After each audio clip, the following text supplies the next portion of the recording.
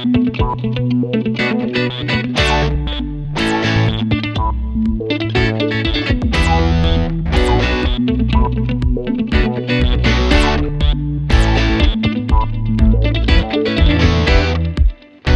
it. Hello and welcome to another episode of Corgi Town, USA. I am Candy. In my lap is Chuckles, our spokes Corg, and he's getting kind of heavy. My butt cheeks asleep. Well, that's what happens. That's what happens. I'm Catherine, and here in studio is my baby Digby and our newest honorary Corgi, Indy. And then we have Mortimer and Booger. Yep. Oh, they're getting surly. They're getting surly. We may lose equipment, ladies and gentlemen. We'll be right back. It is Corgi Town, USA. Or Corgis run it all over town. Today's guest. Yeah, we're going to talk about Ayurveda. Yeah, I'm going to learn a lot. This is new to me. So I think you're a little bit more familiar. But we talk about a lot of our episodes.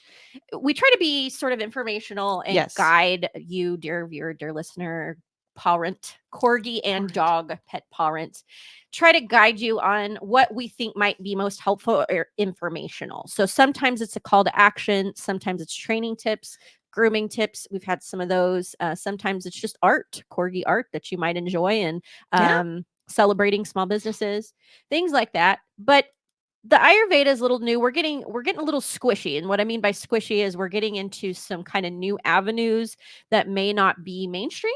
No, like Ayurveda is not really mainstream.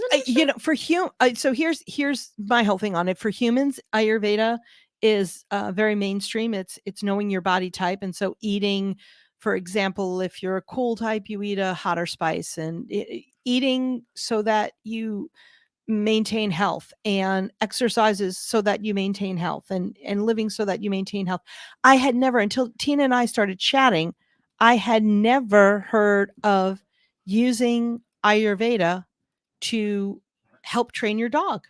Okay. So that's why I thought it was so cool. Interesting. I know, it's really cool. Let's bring her on. I'm bringing her on. Okay. This is Tina Makris. Tina, welcome.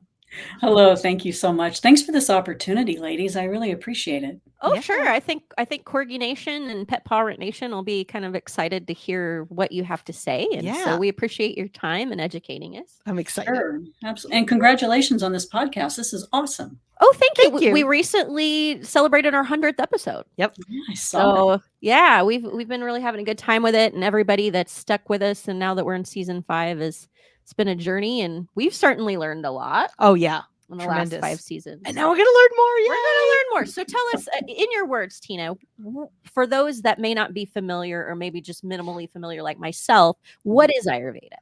Thank you. So Ayurveda is a thousands and thousands of year. It's an understanding that comes from India. It was practiced for a very long time. If you've heard the name Deepak Chopra over the past decades, he really brought it to the forefront. And I was in grad school when I was exposed to it. And I thought, this is truly remarkable. I wish I had known this information when I was younger, because I probably would have understood myself better and maybe others that I encountered.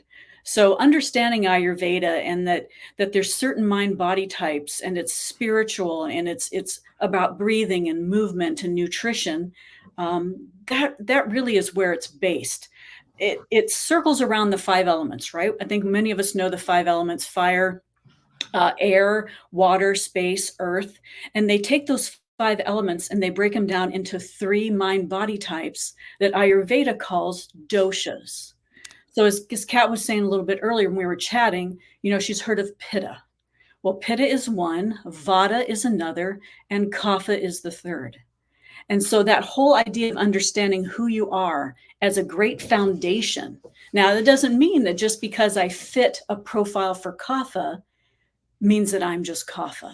You can be Kapha and Pitta, Kapha and Vata, whatever it might be. But it's a great foundation of understanding why you are who you are, your intrinsic nature, your basic nature.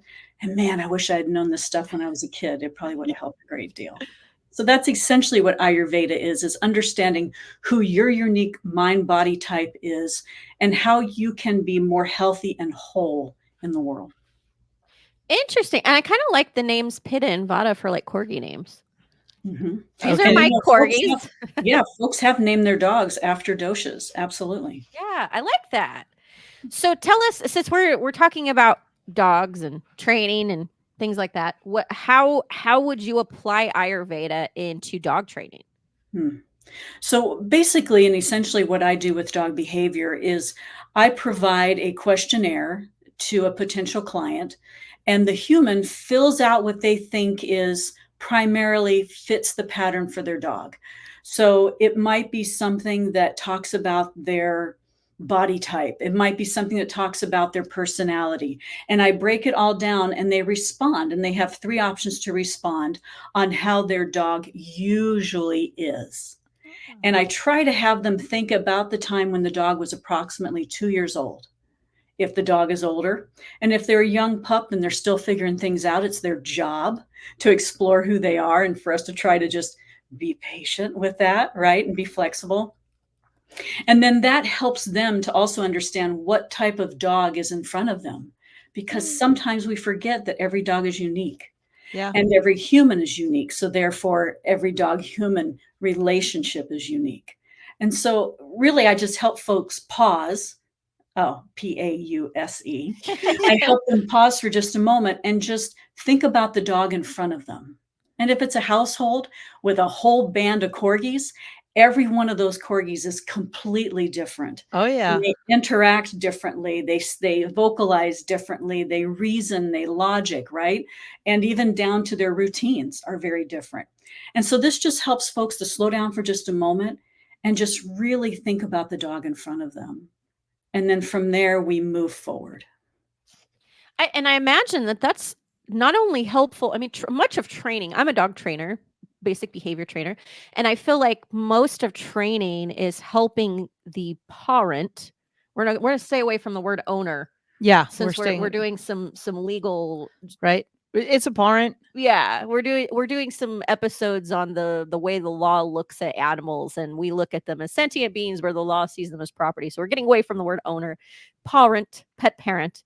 But much of training is helping, from my perspective, is helping the pet parent understand their dog, understand what motivates their dog, understand what fulfills their dog, that kind of thing. And mostly training the parent to communicate better with the dog. I mean, to me, that's my understanding of dog training. That's me. And that was, when I got Digby, because I've always been a cat person, and I had no idea it's not Digby that needs training. It is Catherine that needs training. You came to my classes and I trained you. Yep. On how to interact with Digby. So yeah. And so I think that this using the Ayurvedic method is that you would really be educating the parents on their dog and helping them understand in that way, it sounds like.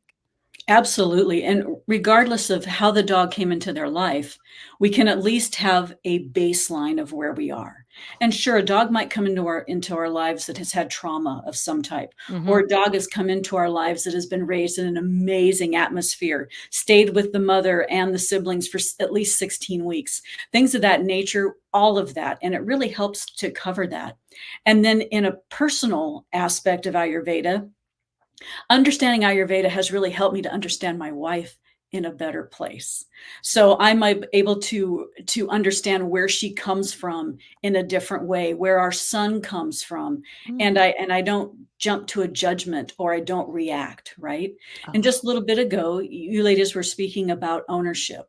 The base of my practice is to pivot the idea of ownership to relationship. Wrote a book about it. It's really important that we understand that, and hopefully we can change some wording in our legalities. Oh, yes. Thank you. Thank you for that. Yeah. Definitely. I love how all these things just come together. It's so exciting. Yeah. Synchronicity, man. We do have some synchronicity and serendipity. Yes. All the fun S words. So when we talk about applying to dog behavior and understanding, can you give us maybe examples to help the layperson, me being layperson, understand a little bit more your synopsis? And sure, Absolutely. Let's see. Let's start with the dosha I identify with the most as a human, and that's kapha. When I was younger, my dad used to say, Tina, you are the golden retriever of the world. And I wondered what the heck that meant. And I thought, what does he mean by that? And it wasn't until later in life that he would identify me as loyal. He would identify me as laid back, reliable, things of that nature. And I had a way of being silly. And so I started to put that together with different types of personality traits and mind body characteristics. And that kind of helped me bridge the gap to bringing Ayurveda into my dog practice. And it's really kind of where it started.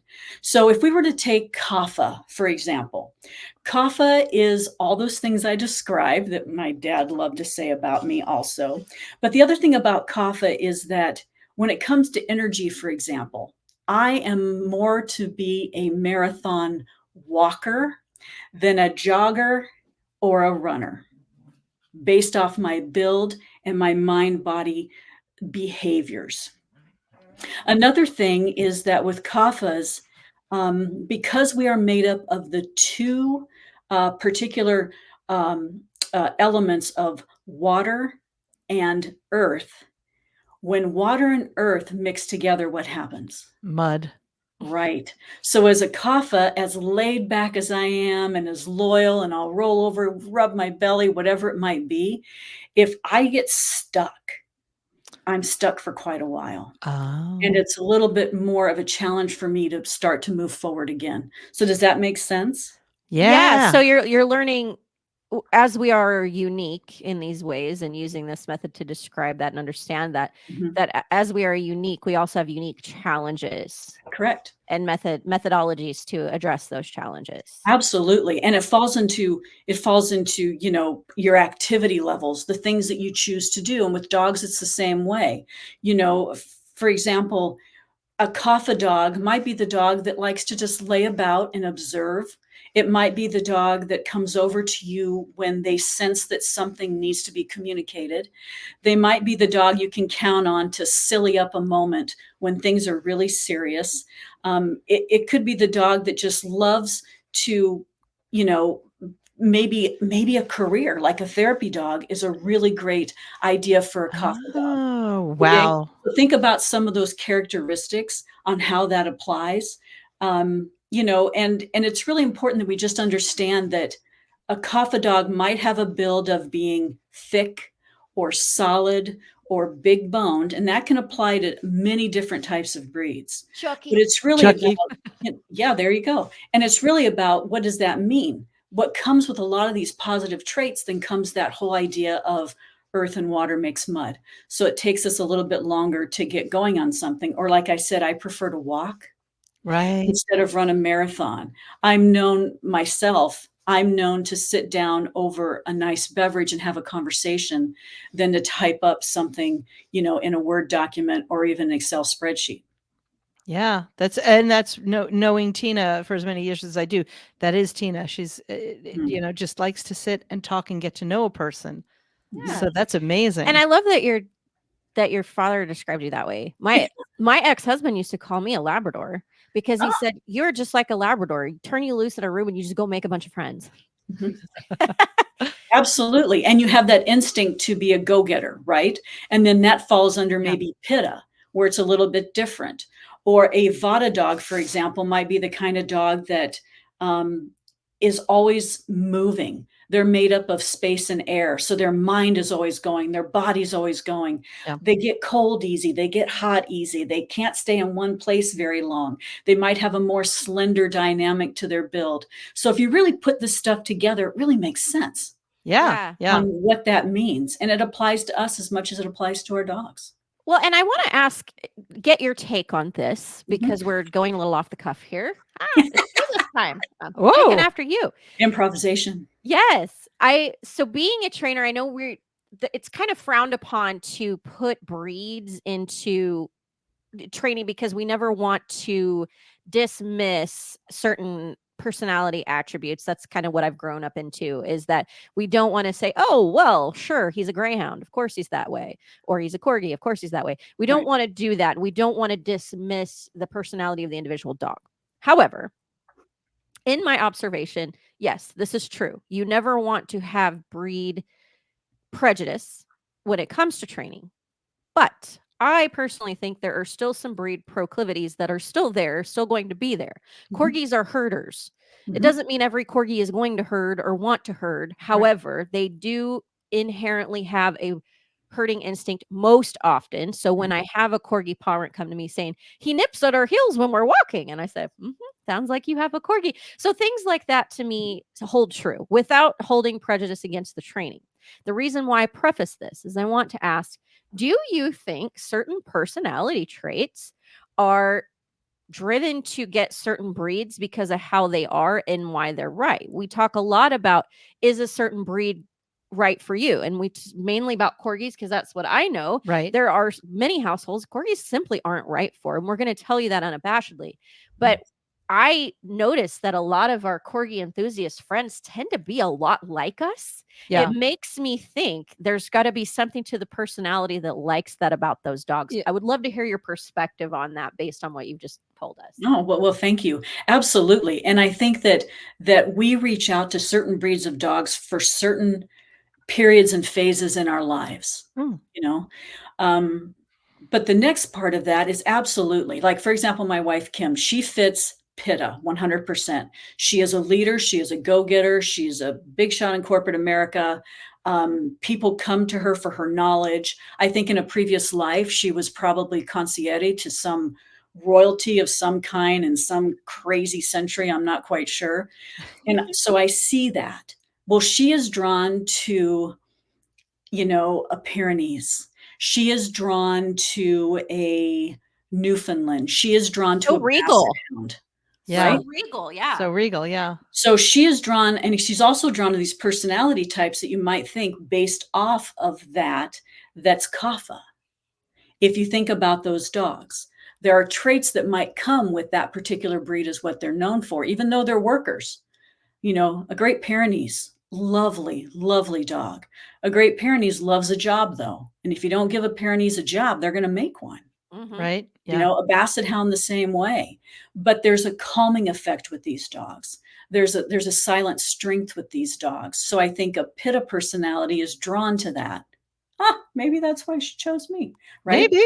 Yeah. So there's that side of it. I also think that you're onto something there with that, Candy, because I can meet someone who loves, let's just say, a mini Aussie, right? Little Australian Shepherd dog. And sometimes either folks that are slender in build, they tend to be workout folks. They're very conscientious of their time. They are expediters. And so they're going to get a mini Aussie because they know that there's going to be a similar brain synchronicity or synergy there on how they think. Efficiency minded. Yeah. Yep. But they also might obtain an Aussie who is not as much as they think it should be. And maybe this dog prefers to lay in the sun a little bit longer than most and just enjoy the warmth of the sun, which can drive then a human Pitta just a little bit crazy. Okay. So there's that. So it's that whole idea of, if I get this breed, this is how I see this dog in my life. Well, peace, love. That dog is a soul. And that dog, thank you, sing it, baby. And that dog is going to do exactly what they're meant to do. And they're either going to react to you, or they're going to absolutely, fall in line with what you have going on, and they'll be a great partner. So it's like having kids. You can have the greatest plans laid out on what it's going to look like. Well, there you go. They have their own mind, they have their own soul, and free will. Yep. So I want to ask, is with Ayurveda, because I don't know for sure, do you remain the same dosha throughout your life? No, I don't think that you do. I believe that you evolve just like any living being evolves. For example, I think when I was younger, I was probably more kapha than anybody I'd ever known. I was just that person that just, was just there. And in my young years, the same thing. I was the designated driver. You dig? I was the one that was called upon. I was the one that was sought to ask advice to. I was the one that didn't throw judgment right away. But as I've gotten older, I found myself with maybe I'm a little more bidosha because I have a little vata thing kicking in to where when I get hot, I get hot. When I'm cold, I'm cold. I have a sensitivity to sound and smell that has just skyrocketed over the past 20 years. And I've been called, a basset hound from time to time because of that. So I think that we evolve with what that looks like. And I even had one physician at a Chopra retreat. She felt I was tridosha because of my leadership skills and different things that I have. So you can have just the basic idea of what every dosha is, but then you can really dissect it down to where you're like, oh my gosh, I wish I had known this stuff. And for a dog, this is the easiest way for them to talk to us and say, so Tina, you got a minute? Let me tell you some things about me. And a dog can tell us so much if we understand what mind body type they are, then that's a great beginning. And we can look for those particular aspects. That's fascinating. Thank you for going through that. Sure. All right. So I understand you wrote a book, Pivot, Pivot. Can you tell us about the book? Tell us a little bit about what we would learn by reading the book. Oh, sure. So essentially the book is it's a little pocket guidebook. It's very small. It's a great gift for someone. It takes a 5-point checklist that I have used in my practice in dog behavior for years, and it just expands upon that a little bit. So initially, PIVOT is obviously an acronym, right? So when you break it down, it's perception, which in anything, in any relationship, perception is really important. And I try to really focus in on think differently than you might have thought about a dog in the past, or that you have learned in legacy somehow. So just think differently about the dog in front of you. The second is intention. If you have a dog in front of you, give it a moment, create what that intention is, no matter what it is, and set your thoughts. And I think if we just do that, it will change your relationship just in that instant with the dog in front of you. The third is value. And the way that we can really expand on value is to know a dog's uniqueness, right?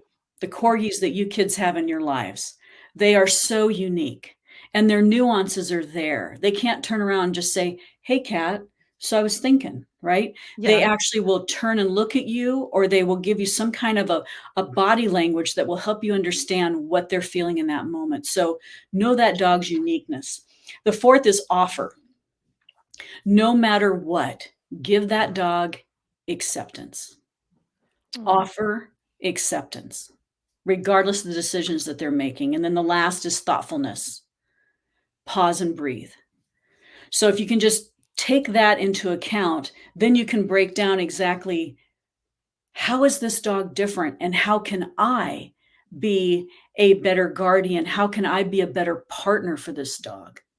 And if folks had just done that coming out of COVID, I think a lot of dogs would have stayed in the homes that they were in. But, that's what tends to happen from time to time. Yeah. So that's really the axis of what Pivot is all about. Oh, thank you for sharing that. And I will share in the description box a link to where you can get the book if you are curious. It sounds very fascinating to me. And I love that you bring that up. I feel like a lot, again, with the training, it's a lot of reminding parents to be patient. Your dog is learning something new. You're learning something new. We forget to have patience, and it's not that people don't love their dogs. They just don't understand why they can't get them to comply with certain requests, or do something completely that just drives them up the walls. How can I get them to stop doing this? How can I do that? Well, for starters, have patience, because they have a completely different understanding of the situation than you do. Yeah. Yeah, completely different. Dogs are not the small children to dress up. Dogs are completely different species, and we need to understand their species appropriate nutrition is different than ours. There's so much, and Ayurveda can help you to understand that 100%. With Pivot, I also would use that with my clients because it helped them to just pause for a second and think of something differently. And that's all I asked, is just to pause. And sometimes just sit and just admire your dog and just wonder what they're doing in their downtime. What are the decisions that they're making? Just because you want to go out and go for a jog with your dog doesn't mean your dog wants to go out and have a jog. It actually might not even be their intrinsic nature. They might just be going along with it because, hey, this is awesome. Or say your dog is coming up to you and you're like, oh, this dog just wants so much attention today. Maybe the dog wants connection, right? And if you understand that dog, you might understand that a little bit more. So thinking differently is really the beginning. Thank you for sharing that with us. And I love that. I love that you've kind of earmarked that, because that's, at the end of the day, their little lives are so painfully short, and they're not nearly as complicated as ours, with careers and different relationships that are complex and different obligations that we have in our lives. Correct. And of course, our dogs are not going to understand that. They simply see a companion there or pack member. So for us to remember that they want to play ball, they want to snuggle, they want pets, they want exercise. When they want these things, it's normal for them to want those things. And I think that reminds us to remember these moments are very fleeting for both of us. That's right. So to savor those, take that time and find a way to prioritize that, I think is fulfilling for both man and beast. Yes. Well, thank you so much for joining us today and giving us this wonderful education. I certainly learned a lot today, and I think our listener, our viewer did. Yeah, that'd be wonderful. It really comes down to, we are humans, they are dogs. And if we can just bridge that somehow, and if we can use our heart to do it, because in Ayurveda, your heart bridges your mind, your body, whatever it might be. Just pause for a moment and just look at that dog and just say, I accept you for who you are. Yeah. Oh, we do good for, as humans, to look at each other and say the same thing. But yes. Well, that's what dogs teach us, right? The unconditional love that is much harder for us as humans. We put a lot of conditions on our love. Of course we do. That's right.